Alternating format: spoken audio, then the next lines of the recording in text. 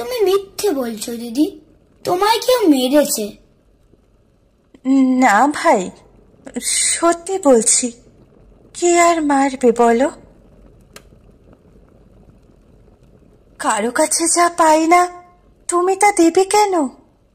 কি দিলাম আমি?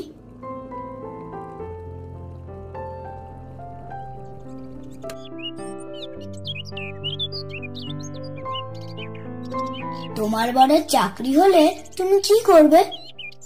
তুমি কি করতে বলো? হরির লুট দেবো না তোমার সন্দেশ খাওয়াবো? দেখ, তা বলছি না। বরের চাকরি নেই বলে আমাদের বাড়ি কাজ করছো, তা তো চাকরি হলে করবে না? করবো, এখন করছি যে। তোমার বরের চাকরি হয়েছে